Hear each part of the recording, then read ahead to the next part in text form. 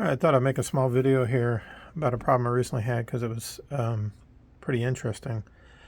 So after about 5 hours of motoring, I had to stop and get fuel and turned everything off and went back to turn both engines on, and starboard side came on fine, but the port side did not, and wouldn't start. Tracked everything down and basically found out that it was the switch. So as I was lucky in that I was able to take it out and get it to start, and now I'm investigating what actually went wrong, because I was able to make it home and everything like that. So I'm doing this because maybe your boat has something similar. It might be kind of surprising because I found this surprising. So on this side here, this is the starboard one that's still working. My power line comes in to the switch, and it comes in off the back of my voltmeter on my main control panel. So the power for that engine comes in, goes back there. What a mess, right? And so it comes in here. Well, you see there's this fuse right here, and thick line to a thin line. And as far as I can tell, this is original. This is original stuff. So nobody hacked this up and put a different size line in here, but this guy was. So I investigated it on this side. I've actually taken it off. And when I turned it on and wiggled it, I would get different readings on my voltmeter. Meter would jump up and down. So I thought, wow, check the voltmeter and check the ground. I had a bad ground, fix that. But then I grabbed my fuse holder, and I noticed that it was really hot, and it was getting hotter. And turned it off, did some tests again, tried it again. Yeah, it was getting really hot. So can you imagine 5 hours of motoring with this thing on being that hot? A bit scary. So I took it out, and these won't come apart. They're so old that they're stuck together. So let me show you what I found. All right, so what I did is I took the whole line off, the whole wire off from the back of the voltmeter, and managed to finally pry this thing apart. And let me see if I can get some better light on this. And so this is the side. I had to break this apart. It was actually stuck. If you see here, this is the interesting bit, which was I found kind of shocking. The spring sits on basically this. I would have expected a better piece of metal there.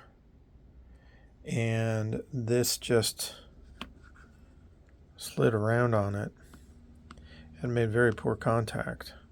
And from what I can tell, it's this bad connection here that was causing the problem. And you can see here with this fuse, it's quite a large fuse. Let me put some better light on it here.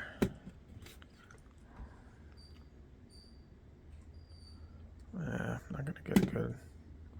Just go for it. I don't know if that's bent, if that's supposed to be that way or not. Anyhow, if this line goes out while you're driving, while you're motoring, your boat's going to stop, as far as I can tell. Worst case, this could have caused a really nasty fire inside the dash, which potentially could have shorted out other stuff. So if you have this situation, you might want to take a look. It's incredible to me that such a rinky-dink setup would be such a critical thing for such a large boat. But there you have it.